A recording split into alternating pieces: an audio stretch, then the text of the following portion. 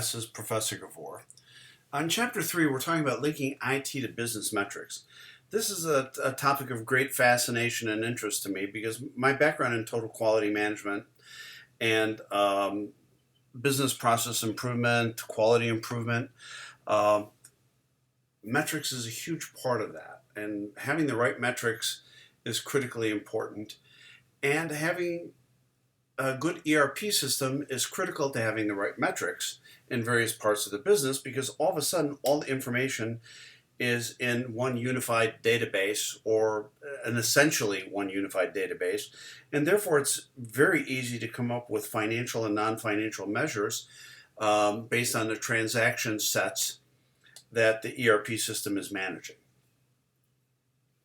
So when we talk about IT metrics specifically, we're trying to look at uh, how the direct impact that the company gets from performance impact the company gets on the spend on IT. So you're trying to see, you're justifying various projects by we're going to spend $500,000 on this project and it should improve our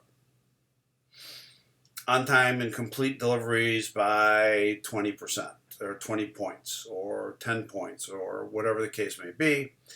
Um, and then you can measure it because the ERP systems are good at that and see what the impact is.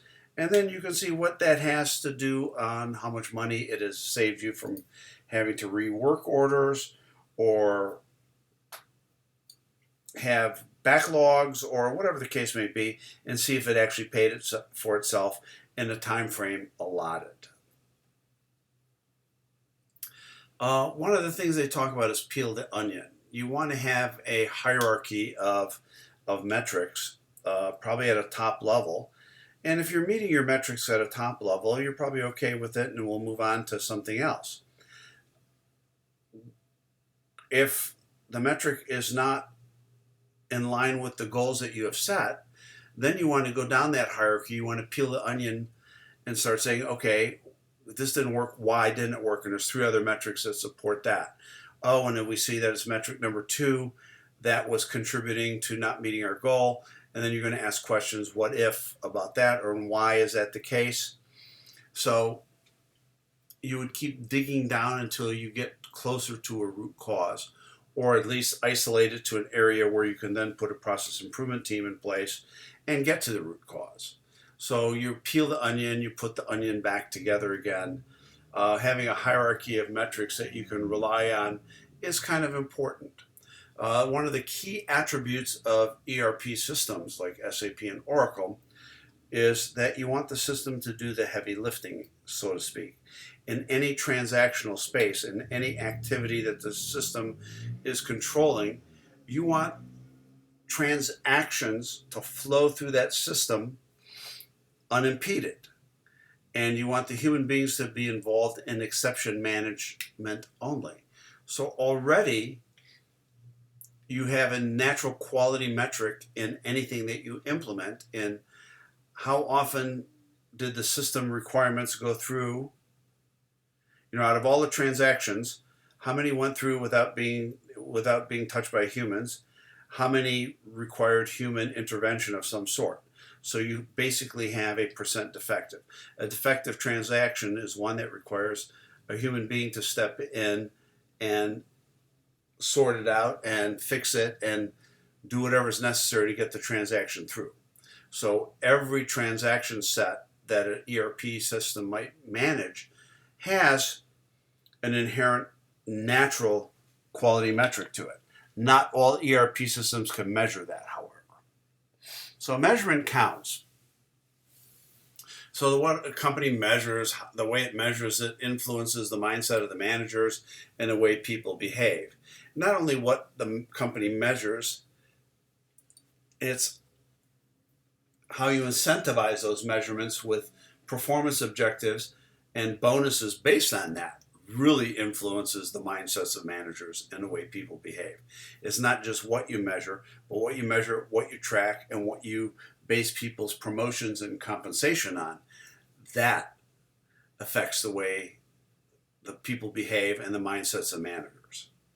And picking the right measurements is not a necessarily simple task.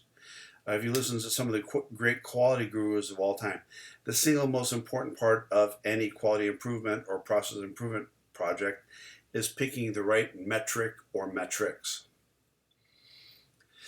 So you want to link business performances to create.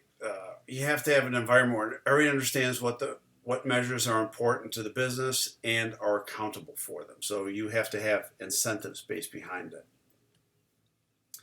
So enterprise measures. Well, you're talking about external customer satisfaction, you're talking about corporate finance performance. They're the known metrics that you're probably already tracking. It's very unlikely you're going to come up with a new enterprise measure that people weren't always looking at. They tend to be related to financial performance, their sales, their profits, and when we talk about external customer satisfaction, it's on time and complete deliveries. Of course, again, I'm talking about my background in fast-paced, fast-moving consumer goods, consumer packaged goods, CPG industry. And external customer satisfaction has a lot to do with orders on time and complete. Did people get what they expected to get at the time they expected to get it? You have functional measures inside the company. These are more of your ratio management. They're more of your managerial accounting kind of measures. We're talking about, employee satisfaction, not necessarily IT employee satisfaction, internal customer satisfaction, more importantly, operational performance and productivity. And in the sense of IT, you have developmental productivity, but if you're putting in an IT project for any specific reason, it's usually a functional reason. So you want to talk about the functional productivity and the functional operational performance.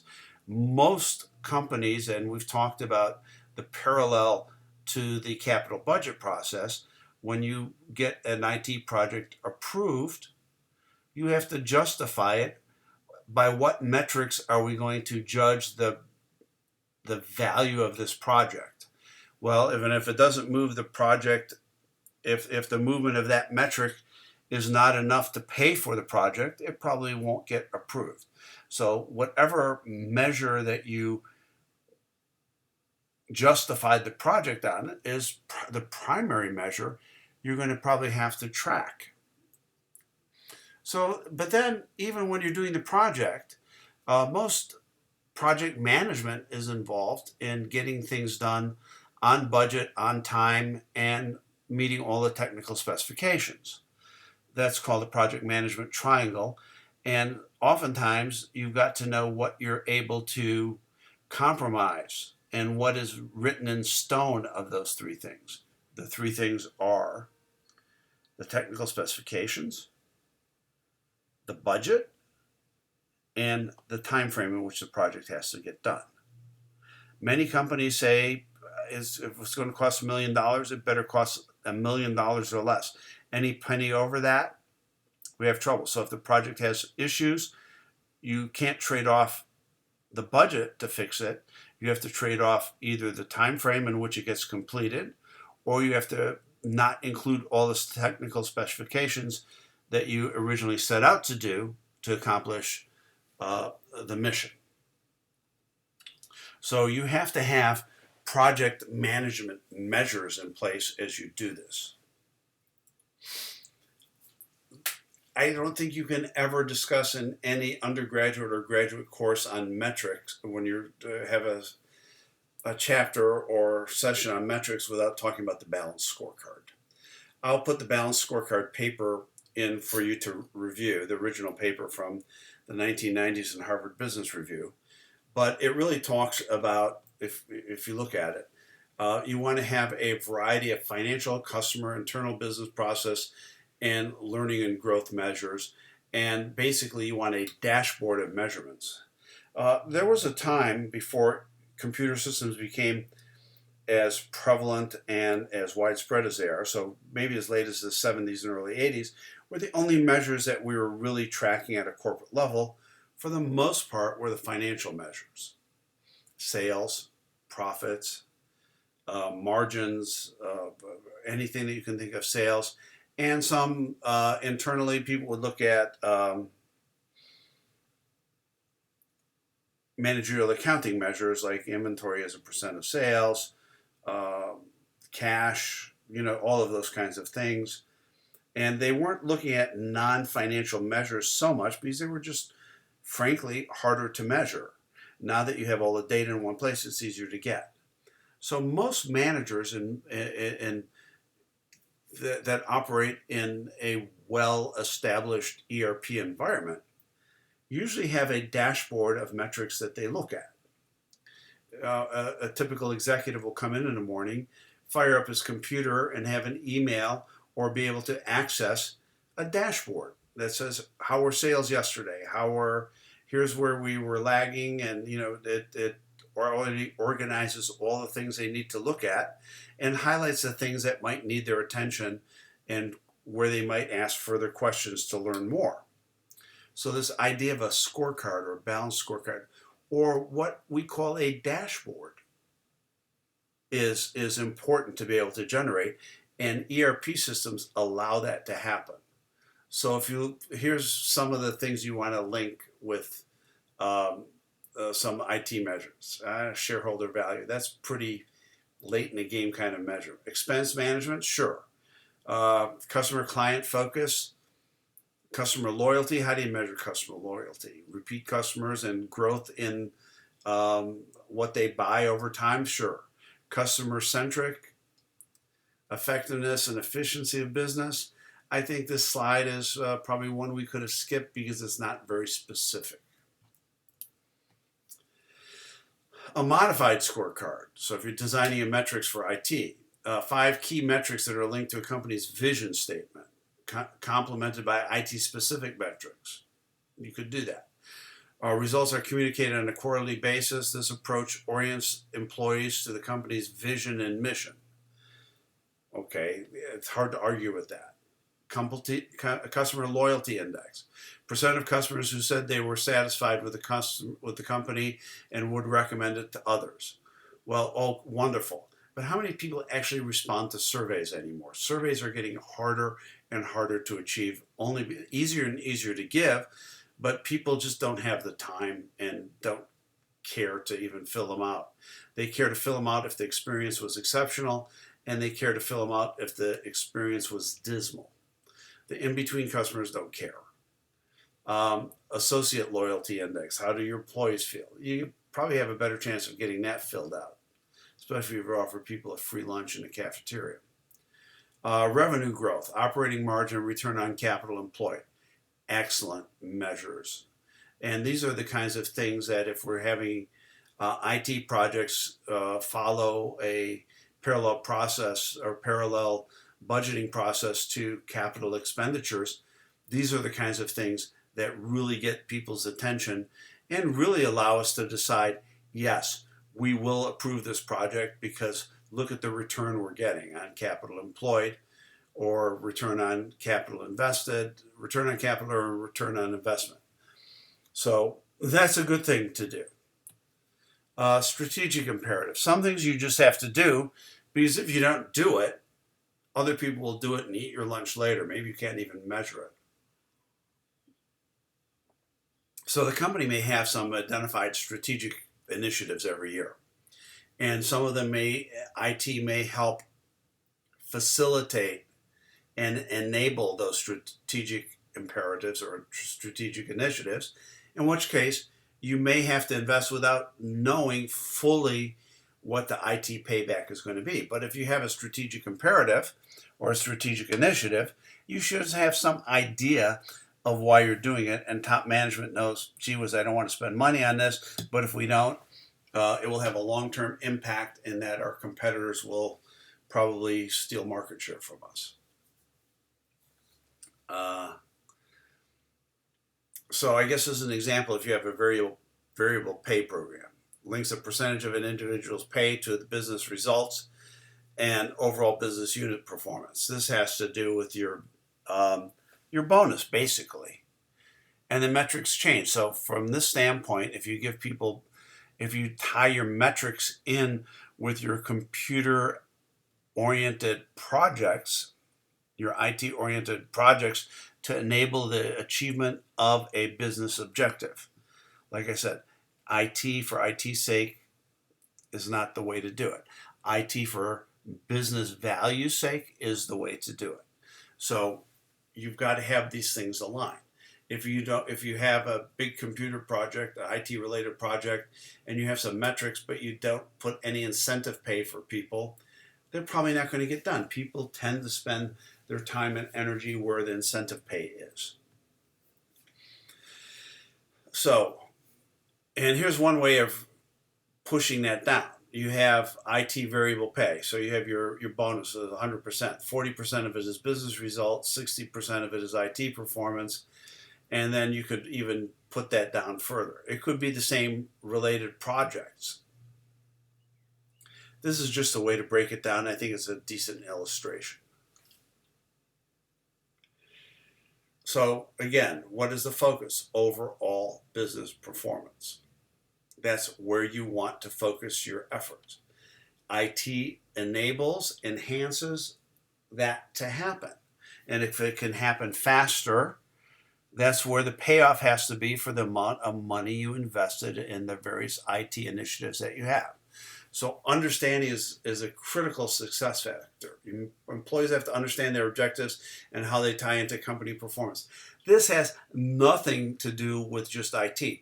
This is generally the case in all objective setting and bonus related incentive pay, if you will, performance. Principles of business metric program, any business metric program, IT included, is simplicity. Metrics should be easy enough to understand and use, and they should be easy to calculate and report as well. They should be visible. You should be tracking them in various review meetings at various levels of the company as appropriate. And you have to, as we said, we're beating it to death, but link it to the incentive programs of variable pay, which is basically bonus. One thing that you talk about, results take time, have common goals, follow up on problem areas, be careful what you measure, and don't use measurement as a method of control. Okay, what do they mean by this?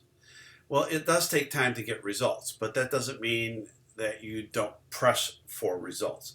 If you sold a program, $1 million program, on an 18-month return on investment, you pretty much should push to get those results. If you didn't, did we make a mistake, or do we implement it improperly without enough training, and do we have to follow up and make sure that training takes place? Have common goals, certainly, as much as you can. If you have a problem area, like I talked about, you implement it and you're not seeing your results, dig in and find out why. Usually, if it's an IT related project, is people aren't using the improved system properly, don't have the right training, and therefore are not doing the proper data maintenance and management, and therefore it becomes a self-fulfilling prophecy that the darn thing doesn't work. Well, be careful what you measure. It's like be careful what you ask for. You will get what you measure, but is it at the expense of something else? That's why it's so critical to have the right, spend as much time as you can defining the measurements properly, because you're going to focus on that measure, and if it's not as close to the exact right thing that you need, you're going to drive that metric maybe at the expense of other things. You don't want to be playing whack-a-mole with your metrics. If you drive one thing and it impacts something else. Best example I can give is a purchasing example. It's not IT related, but I'm pressuring everybody to reduce the cost in soap manufacturing. Well, my tallow people want to cut the cost of tallow. Tallow is a commodity. The way you cut the expenses in tallow is you use cheaper tallow. Cheaper tallow is not rendered well. Tallow that's not rendered well stinks. It smells bad. So I've also got the perfume people, the fragrance that goes into the soap. It makes it smell nice and rosy or flowery or sea breezy or whatever it is. and I'm pushing them to reduce their expense. So they're going to negotiate with vendors, they're going to do this, that, the other thing. But if I'm reducing the cost of both fragrance and tallow, if the tallow people reduce it by using less um, quality tallow, I've actually got to use more perfume, more fragrance, which is the most expensive ingredient in soap making, to cover up the nasty, rancid smell. So I'm working at cross purposes if I don't measure things properly. I want to look at the total cost of soap manufacturing and reduce it. I don't want to look at each commodity or each buyer and have them reduce their cost. It can oftentimes be at the expense of somebody else. And don't use measurement as a method of control. Uh, I'm not sure exactly what they mean there, but measurement, you can't run the company only by the dashboard. You've got to get in there and dig in the weeds. These are indicators of where to spend some time looking, learning, and actually managing. So if you're just managing it by using your dashboard and calling up people and raking them over the coals for not achieving numbers, you'll eventually get your numbers, but the results, the overall results of the company may not be there. So lastly, as we try to conclude this, there are significant benefits by holding IT accountable for key business metrics. There are significant benefits by holding any functional area accountable for key business metrics. That includes IT, so there's nothing special about key business metrics in IT. Business performance will become part of the mindset of IT and staff if the measurement is properly defined and if the measurement is properly incented in terms of their annual objectives, and which leads to their bonus. So thank you very much. This was a quick chapter to lecture on for me.